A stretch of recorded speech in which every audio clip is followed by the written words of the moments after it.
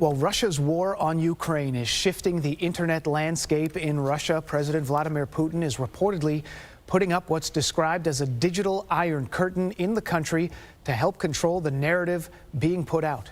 And this means censorship on Western media and sites like Facebook, Twitter, and most recently Instagram.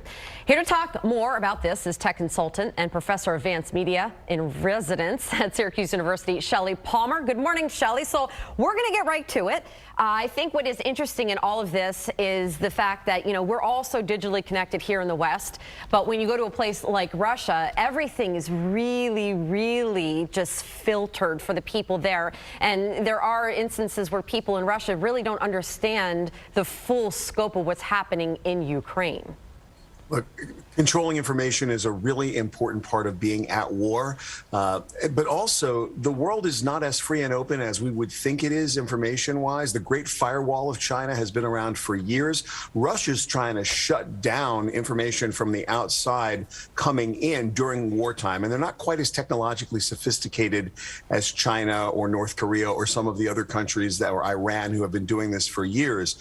What we're seeing now is Facebook is restricted. They're trying to shut down Google or access to Google wherever possible. They're putting a lot of pressure on all Western media to toe the state line, and where they don't, they're just shutting them down. So the Russian people are seeing almost nothing from the outside right now. And Shelly, we've seen this as well when we talk about what the television programs, the independent news programs in Russia that had been shut down, they've made it a crime to disseminate fake news about what's happening in Ukraine. In other words, you can't call it a war, you can't call it an invasion. And so that's the way that they can control the narrative, and maybe Putin can keep support without letting people know what's actually happening on the ground. That's exactly what's going on. In the Cold War, they had what was known as radio-free Europe, and they could send radio signals because people were listening to the radio, but you really can't, no one's listening to the radio anymore. It's very hard to get information into Russia from the outside.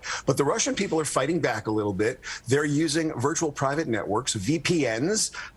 That's the kind of thing you use when you want to steal Netflix. Well, they've got something more important to steal, which is information. They're also starting to communicate with each other using encrypted tools like Signal. We've seen 1,000% increases in downloads on encrypted apps.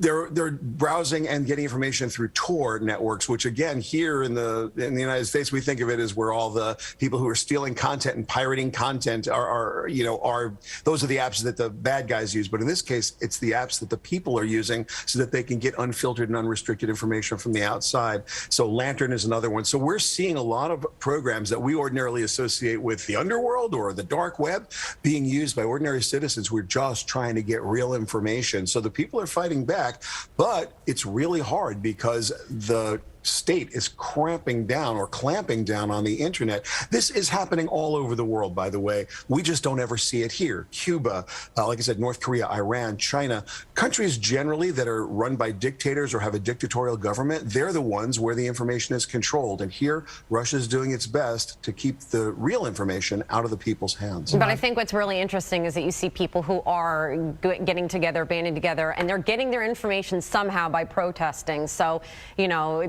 yay to the people there who decide that they're going to try to do what they can to get the information. Okay, well, time now is 6:25. We got to go, Shelly, but thank you so much for stopping by. We appreciate it.